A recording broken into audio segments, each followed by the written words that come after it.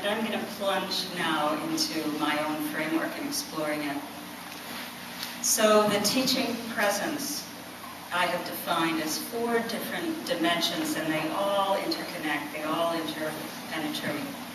And the first one is about being present, which also involves knowing when we're not present and beginning to understand the obstacles within ourselves and in our outer circumstances to being present.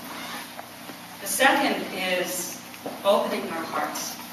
And there too, a critical part of opening our hearts is being able to witness when our heart is closed and beginning to understand the circumstances, the kinds of students, the kinds of colleagues that trigger us to close our hearts, and make choices when our hearts are closed.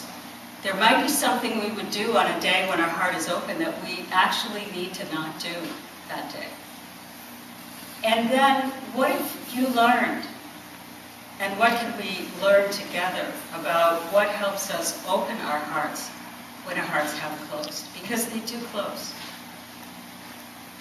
The third dimension is respectful discipline, which is about holding boundaries with compassion. And that's about boundaries in the classroom, but it's also about holding our own boundaries with ourselves, within ourselves, which has a very strong connection to our ability to open our hearts. And the final quality is, or dimension, is what I call emotional range. The first night, Jack talked about making friends with ourselves.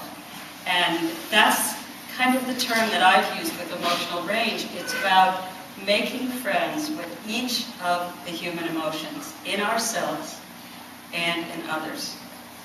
Most of us have emotions that are very uncomfortable for us. For some people it's grief, for other people it's joy and exuberance.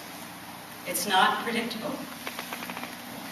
And whatever we cannot tolerate in ourselves, our students have an uncanny ability to pick up.